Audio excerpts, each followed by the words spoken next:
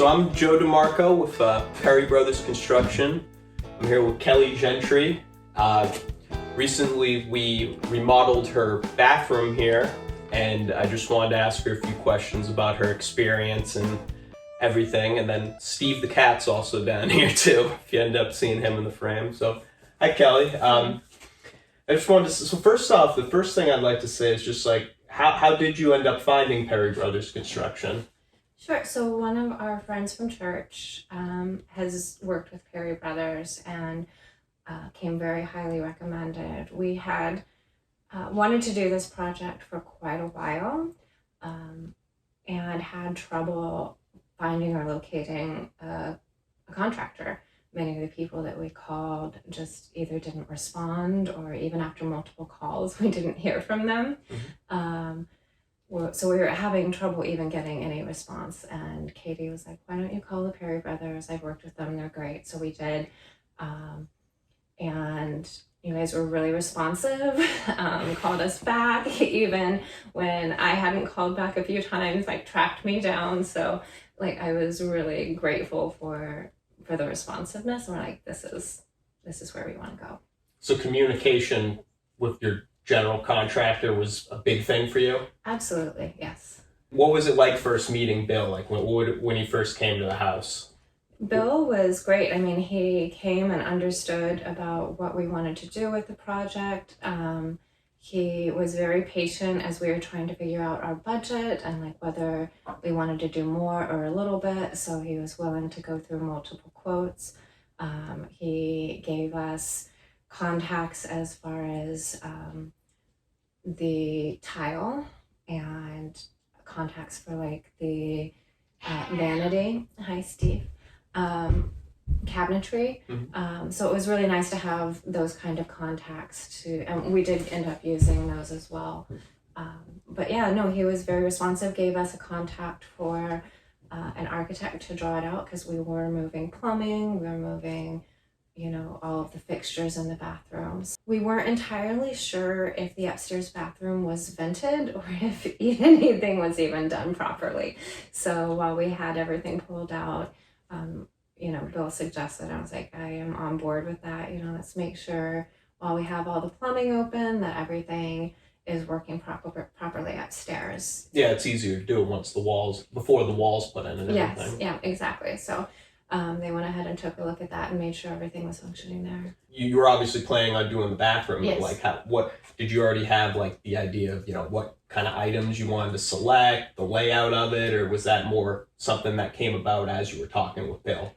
Sure. So, I mean, I had an idea. We've been wanting to do this for a number of years. So I've been planning it in my head, waiting for the time where we can do it. And then, as I said, thinking about it, trying to get a response from any contractor. So I knew generally that I wanted to move it around, but didn't know how it would work. And so actually his reference of the architect really was able to put it onto paper. I was able to see it. Really see your ideas, yeah. Yeah, and the biggest thing that I was having trouble with was what to do with our window. We had a full-size window in the bathroom. It looks right out on the front lawn, which is a big issue for privacy, which is a very important thing to have in a bathroom. And I wasn't sure. Originally, I thought about putting in a large transom light, which would be a window that was above head level to get some light and air in there. And it was either the architect that he suggested or Bill, I can't remember whom, that had suggested, let's just do a small bathroom window, which I had never even considered that. And that's what we ended up going with, was a lot less work as far as structural work. And it served the purpose of privacy and getting light and some airflow into the bathroom too. So. Yeah, you don't want a bathroom with no windows. No, you don't. Tell me too, just how were the guys you had, was everyone courteous that came through? Did you enjoy having everyone here as much as you can, having people working? No, I mean, it was great. We didn't see them a lot because both of my husband and I work in Boston. So we would come home and check and, see a whole new world appearing each night. my kids would sometimes come through. Most of the time they were spending in the afternoon some time with the neighbors, but always pleasant interactions. We did hear from the kids, and one of the things that was hysterical to us was how much they interacted with the cat, with Steve, especially during construction, because it blocked off part of the upstairs, and Steve wasn't used to not having full range of the house.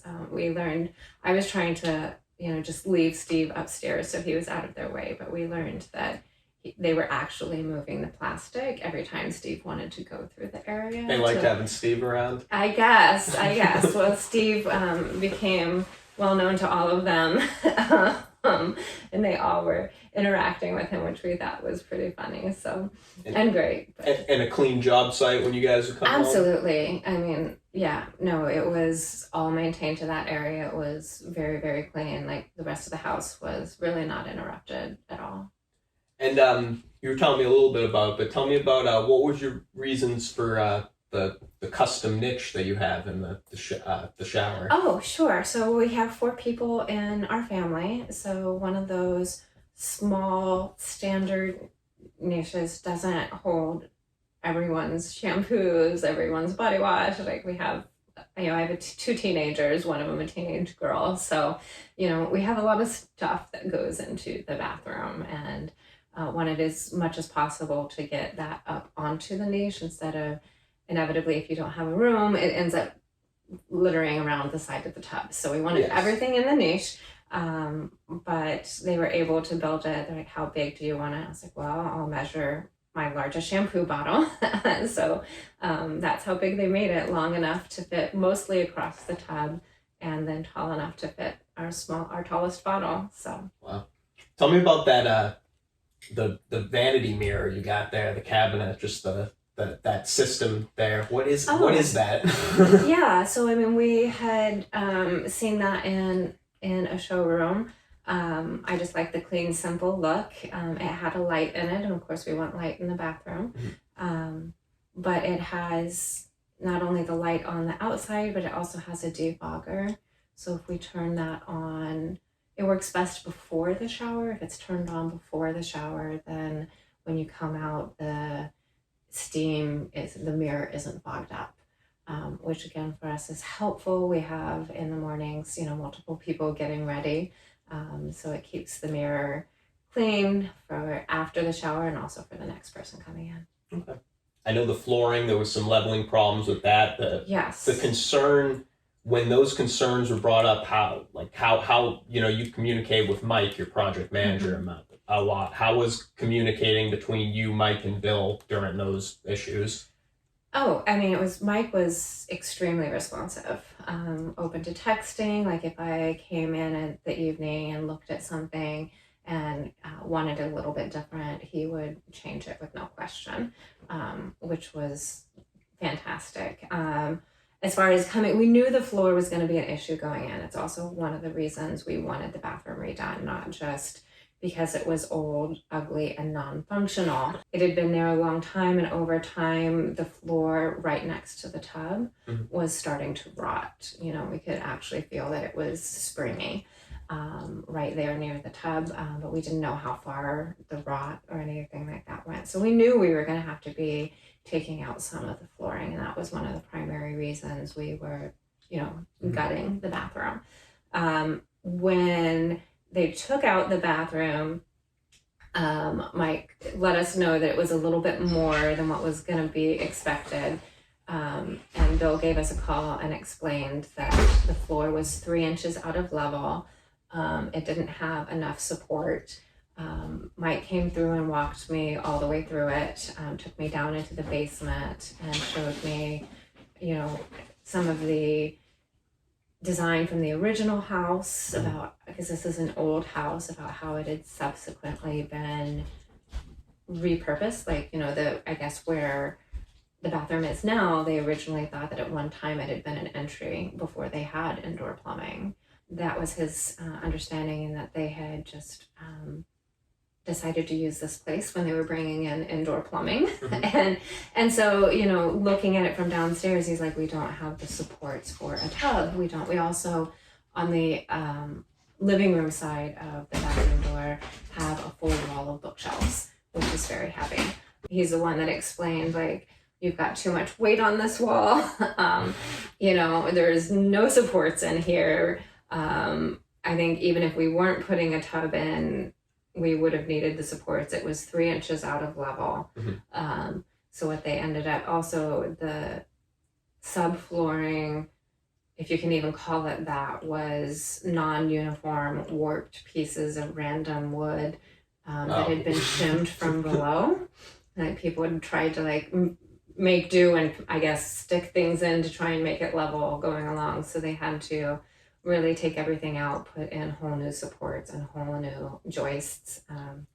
So we knew that some work was going to be needed to be done. And just personally, when we plan for a project, we always don't go to the full end of our budget. We leave a little bit of room. For an old house, you're always going to find something. Of course, any kind of overage. So we knew that we were going to find something because it was an old house. So we were prepared for a surprise to arise, and it did.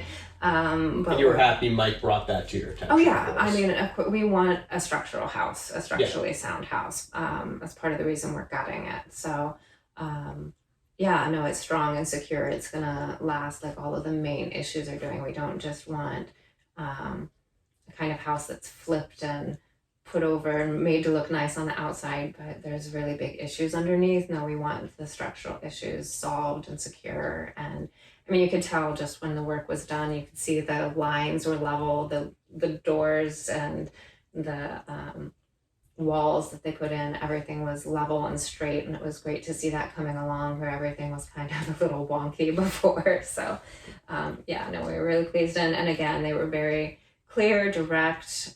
We knew what was happening. We knew why it was happening. Most of the explanations I gave you were ones that Mike had given me, explaining the situation, very clear about what the cost was going to be. Well, the cost kind of pretty much, at the end, it added up to what you expected? Yes. Awesome. Absolutely. About going along, like if there was any change, like with that big one. Exactly. Let me know what it was going to be. Of course, got permission before we were going to go forward. So. All right. Kellie, thank you for allowing me to interview you. Sure, I really appreciate it.